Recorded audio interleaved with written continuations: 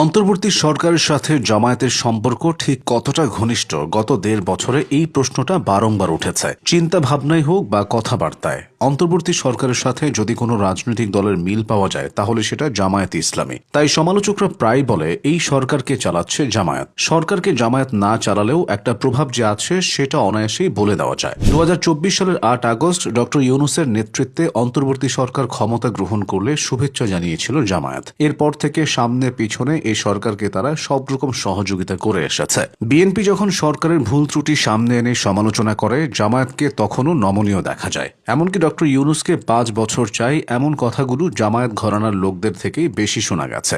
জামায়াত প্রথম থেকে নির্বাচন নিয়েও অত উচ্চবাচ্য করেনি। মূলত এই সরকার ক্ষমতায় থাকায় অন্যান্য অনেকের মতো জামায়াতও বিভিন্নভাবে লাভবান হয়েছে। প্রথমত তাদেরকে নিষিদ্ধ করে আওয়ামী লীগ যে আইন করেছিল সেটা প্রত্যাহার করা হয়। এরপর ২০১৮ সালে জামায়াতের নিবন্ধন বাতিলের বিষয়টিও প্রত্যাহার করে নেওয়া হয়। এর মাধ্যমে রাজনৈতিক দল হিসেবে নিজেদের নিবন্ধন ও দলীয় প্রতীক দাঁড়িপাল্লা ফিরে পায় জামায়াতে ইসলামী। জামায়াতের আরেকটা বড় সুবিধা হয় নিজেদের আটককৃত নেতাকর্মীদের মুক্ত করতে পেরে। যুদ্ধাপরাধের দায়ে অভিযুক্ত জামায়াত নেতা এটিএম আজহারও এই সরকারের সময় মুক্তি পেয়েছেন।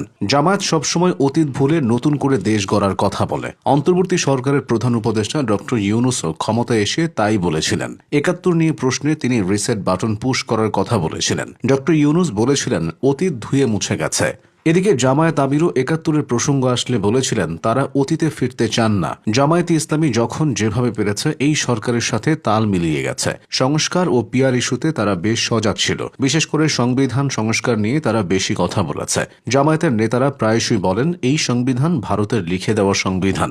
এদিকে গণ অভ্যুত্থান থেকে উঠে আসা তরুণ নেতৃত্বও প্রায় একই ধরনের কথা বলে, যাদের সাথে আবার এই সরকারের ঘনিষ্ঠতা আছে। এই সরকারের তরুণদের মধ্যে কয়েকজন উপদেষ্টাও ছিল। নির্বাচনের আগে তারা পদত্যাগ করেছে। এসব কিছু ছাড়াও গত ১.৫ বছরে আরেকটা বিষয় বেশ ভালোভাবে স্পষ্ট হয়ে উঠেছে, আর সেটা হলো প্রশাসনে জামায়াতের প্রভাব। সচিবালয় থেকে শুরু করে দেশের প্রতিটি প্রতিষ্ঠানে জামায়াতের একটা প্রত্যক্ষ ও পরোক্ষ প্রভাব চোখে পড়েছে অন্তর্বর্তী সরকারের সময়ে। কেউ কেউ তো দলীয়করণের মতো অভিযোগও এনেছেন। গণহত্যার দায়ে অভিযুক্ত আওয়ামী লীগের নেতাদের বিচার হচ্ছে আন্তর্জাতিক অপরাধ ট্রাইব্যুনালে। এই ট্রাইব্যুনালের চিফ প্রসিকিউটর করা হয়েছে তাজুল ইসলামকে, যে তাজুল ইসলাম আগে মানবতা বিরোধী অপরাধে অভিযুক্ত জামায়াত নেতাদের আইনজীবী ছিলেন। শুধু এই বিষয়টি অন্তর্বর্তী সরকারের নিরপেক্ষতার প্রশ্নে অনেকটাই ফাটল ধরিয়েছে।